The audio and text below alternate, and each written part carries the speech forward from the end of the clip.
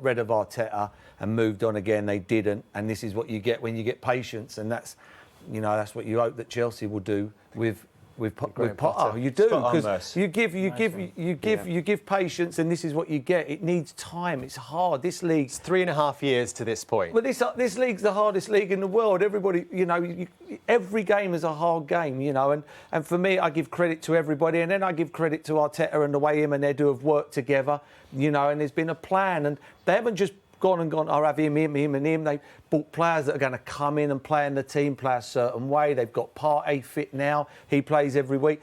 Even the young lad, Nketiah, who probably could have had a hat-trick today on another day.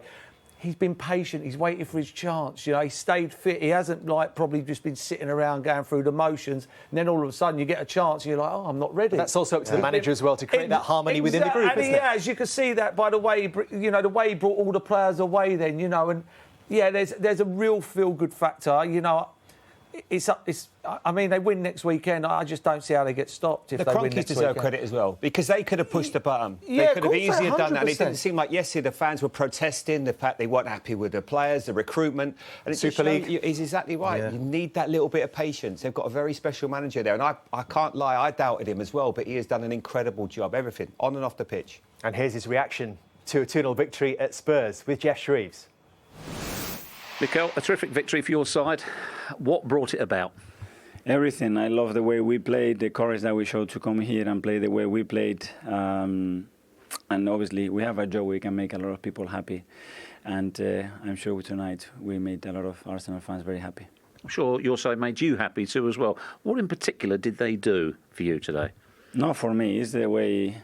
Not for you, but for you, but not for you personally. Everything that we ask them, they are so willing always to try to do it. It's a terrific group of players. But today I think we went another step. Obviously we won this season, last season in bigger stadiums, but especially the way we won today, I think it's very pleasing to watch. Was it the character your players showed, the bravery, if you like, to play their style of football away from home at ground, which as you well know, because you're in the team, you haven't won, not this particular ground, at Spurs since 2014. Yeah, which I was here, but it shows, again, not only determination and courage is great, but then you need to have the belief and then you have to have the quality to do against this team what we've done today. So that's down absolutely to the players. Did you also do the ugly side of the game well today in terms of the hard work, the hard graft, the defending, as well as popping the ball around? Yeah, we were really aggressive. I think we were really intense in our high press. We regained so many balls. We won so many duels. We managed those balls. After that's really good. There are a couple of moments they're going to create you chances and openings, and they are a very dangerous team. But I think overall we did a lot of good things today. Now, I don't want to spoil your day. It's a fantastic day. 8 points clear at the top of the table, but you have lost out on a transfer target that you were heavily linked with, Mudryk. How disappointed are you about that? I'm very proud to have the players that we have. We always want to improve the squad. The club is the first one that is trying to do everything we can to improve the players, but I think as well we have to have some discipline, and we have to be very consistent in the targets that we want, but as well what we are able to do in each moment, and we can get those players better. So let's focus on that.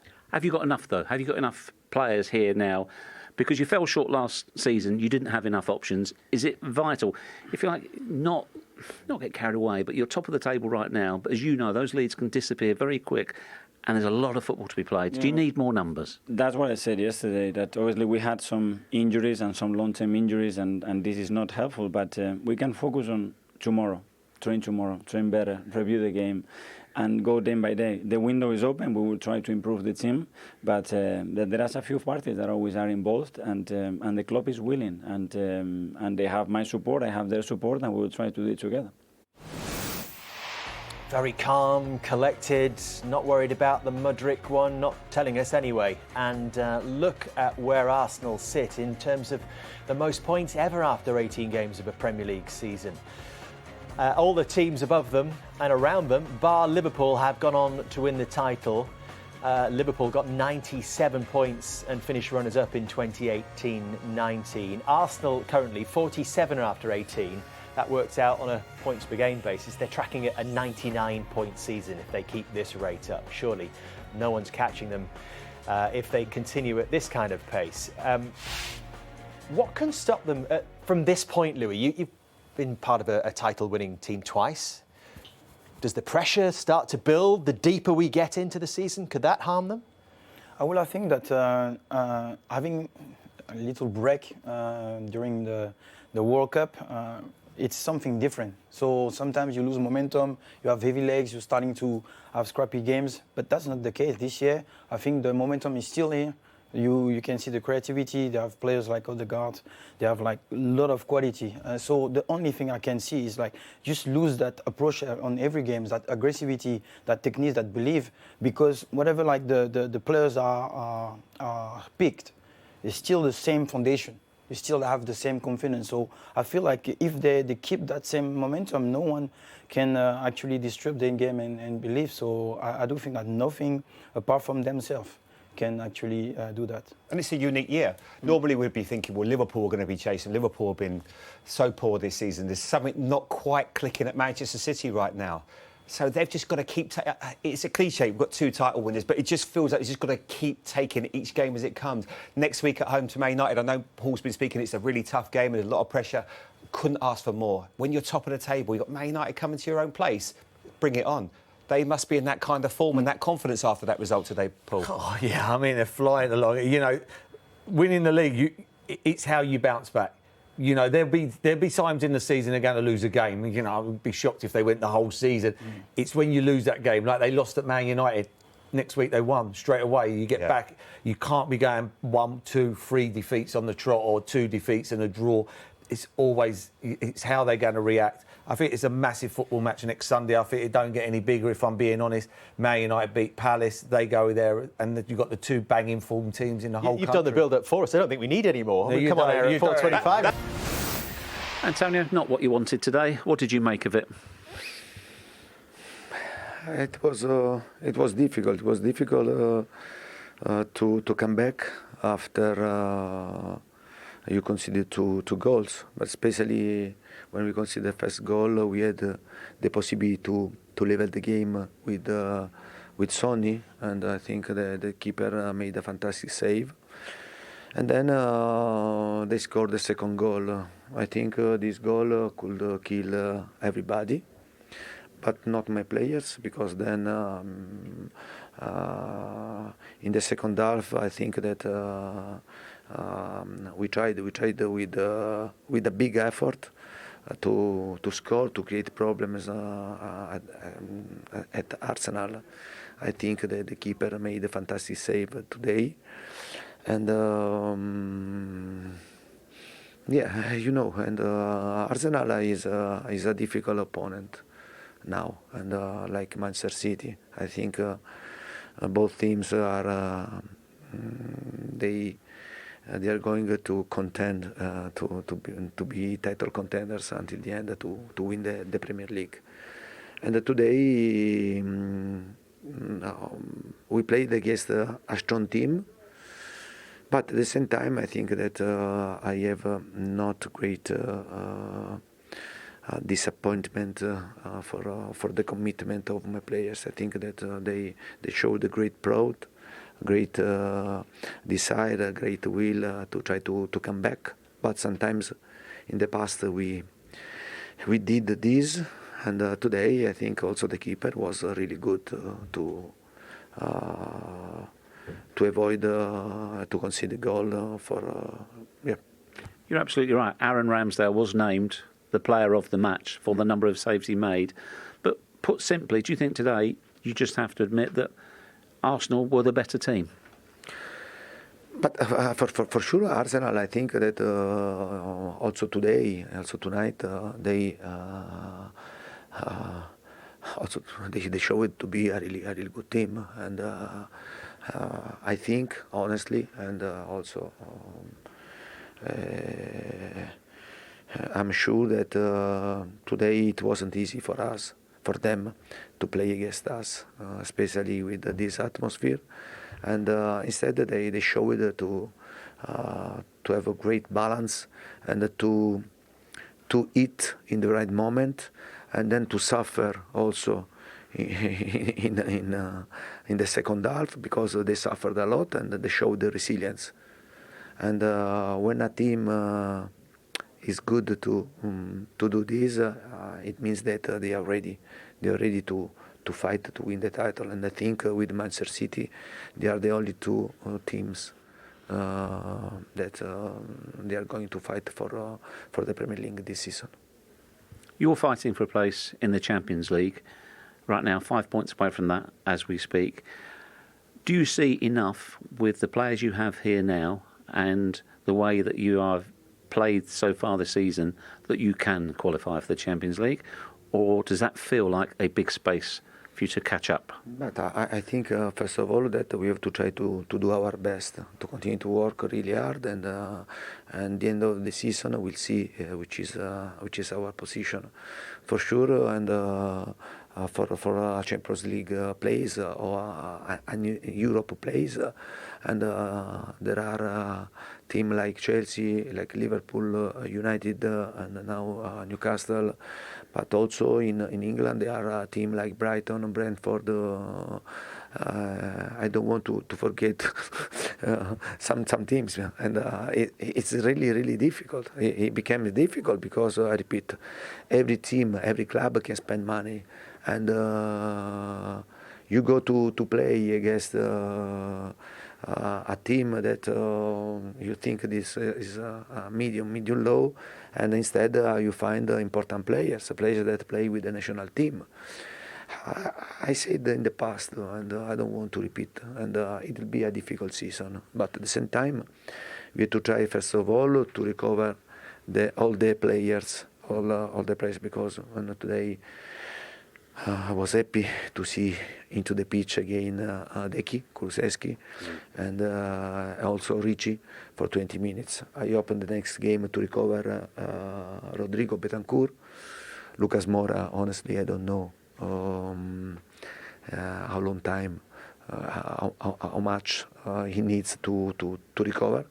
But I think this is the first step. And at the same time, I think that in this period, in this difficult period, we found players like Papasar, like Gil, and also Skip. He recovered from his injury that can help us until the end of the season. Lastly, your opinion on the incident at the end of the game where a supporter kicked Arsenal's goalkeeper Aaron Ramsdale in the back. That has happened today. What is your opinion of that?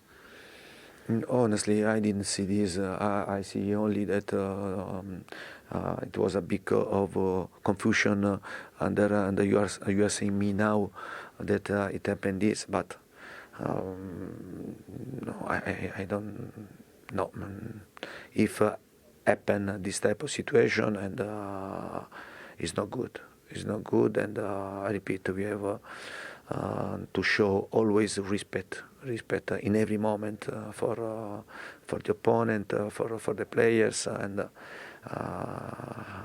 yeah, I think that if happen this type of situation that you are seeing me, I didn't like it. Thank you, Antonio. Thank you very much. Thank you very much. So it's 33 points on the board for Spurs at the halfway point, 5 points outside the top four, 14 behind Arsenal now. Tracking at a similar level to last season, they had 36 after 19 last season, but remember, they had that late flurry of victories. They won 8 of the last 11 to clinch the place in the top four ahead of their North London rivals. It looks a very different story half a season on. We talked about a gulf in class, Louis, today. For your old side, what did you think they lacked?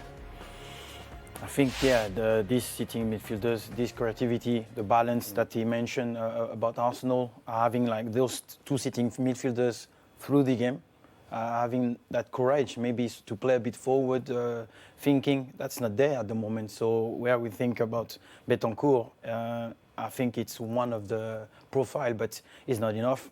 When you have like a top quality striker as Harry Kane, and it's lacking ammunition, I think. It's just not supported enough. So there is people frustrated in Spurs, I'm sure, because there is such a gap between the rivals there. Do you think there's enough quality in this team, in this group of players, with this manager, to push on and find Champions League football again? It's going to be hard back of this performance, but yes, of course they can still do a run of games where they can win games. But the way you mentioned, all the midfielders, especially, sounded like sarcasm a little bit. You know, where you think maybe you have quality to reach the Champions League, you want to mention like players with more experience, I would say. I mentioned Casemiro, the Fabinho impact in midfield, the Partey in front of him, like showing the kind of quality, but the charisma and all those things that make the other players improve. And that's not there, and that's a frustration. That was interesting, wasn't it, Jamie? He sort of name-checked those 3 players that he thought maybe could push them on, help them. Pape Sarr made his Premier League debut today. Okay. 20 years old. Brian Hill. Brian Hill was not the answer. No, Who was replaced by Kulusevski today and Oliver Skip. Top level. You know, and they've had But is that the point he's making? He doesn't have the armoury. I think you never know what he's saying. He talks in a lot of riddles. There's a lot of messages when he talks. He's a top-class manager, but there is something when he's up against it. You can see he will say things in the media, will say things in the press. But in an 8-month period, we've seen that Arsenal and Tottenham spending has been pretty incredible. If you think about it, well, Arsenal surely have gone from a 14-point gap now ahead of Tottenham with a game in hand. And this is within the context of Arsenal being beaten 3-0 here in May last year. It shows a development. They've spent £120 million in that period, and Spurs have spent 172. You know, we're thinking, well, surely Tottenham have been the team that progressed, but it hasn't been that way. Obviously, you add that Saliba's come in, who's been a player that's added so much to this Arsenal, so he's almost been like a signing as well, he was on their books before. And in football terms, Romero was already here before that became a permanent signing. You can't really complain considering how much money he spent, but there is I think the golfing class and the style of football that Arsenal are playing is what will really compound it so much for Spurs fans. That is what will really incense them, because they're not looking at a team with much direction in terms of how they play. He never really changes the system. And I think that gives you a major problem. And the development of the Arsenal team compared to Spurs has just been incredible. You know, 3 points for the last 5 home games is not good enough for any manager. But that's the difference, because at the start of the season, let's say no one expects Arsenal to be there. So it's now easy for us to compare the 2 sides or 2 signings and all that. But at the start, no one will have imagined those guys to be in the top 4, to be honest. Well, Louis, I remember doing the game and we were talking about it. I don't know if you were doing it or you obviously watched it, but we would have thought. I remember talking that day and we said that Antonio Conte had just outcoached Mikel Arteta. Too much class for him in the way that he organised them. They were too disciplined. They looked like a team that could really handle the physicality of the game. Roll on 8 months and you just see a complete change. Arsenal look like the complete team, and Spurs really at the moment are in a bit of disarray. But there is still can get in the top 4 because they're they're in a good position still. You talk about the messages that he likes to put out in the press, and you heard this week Antonio Conte talking about the process at Arsenal, which started 3.5 years ago, referring to Mikel Arteta and what you were saying, Paul, about the patience he's been given to do this job. He says as well, if you want to accelerate that process, you sign experienced players who know how to win. He's talking about the likes of Casemiro, name-checked again at Manchester United, the impact he's made. Is that what it's going to take from Spurs? Do they have to buy the experienced, ready-to-go players, or should they actually think of it in a different way, like Arsenal have done, arguably like Chelsea are doing now, buying younger players and trying to grow a group together? Yeah, maybe. I just find with Tottenham, I'm a big Conte fan, don't get me wrong. He come to Chelsea and won the league, outstanding. Plays 3 at the back. It's more, let's not lose the game before we win the game. So there's a problem with the system to start Yeah, for me, for the system, with the players and the personnel they got, I don't think the system's enough. You got one of the best centre forwards in the world, let alone the Premier League, and he's getting starved of service. I mean, it's terrible for a football player to have that much class and not get hardly. He's working on scraps. It's a miracle he's got 15 goals. Yes, that's how good he is. That's how good he is. You know, for me, they've got to try and change it up now. I know he plays 3 at the back, but we've got to change that now and go, right, let's play 4 at the back, play 4-3-3, play like... Arsenal go out to win football matches. Tottenham go out not to lose football matches. And that's why it's a 17-point difference, or 14. That's not maybe the system. That's more about the approach, as I said, like the attitude of the players, believing that they can push themselves forward a bit more. It's more about that, the position. That's the play. They got 3 centre halves, 2 holding midfield players. They can sweep. They can swap. I mean, one can bombard forward, but those were sitting, passing the ball each other like this, and there is no creativity, no one-on-one creation from the wingers. That's the problem.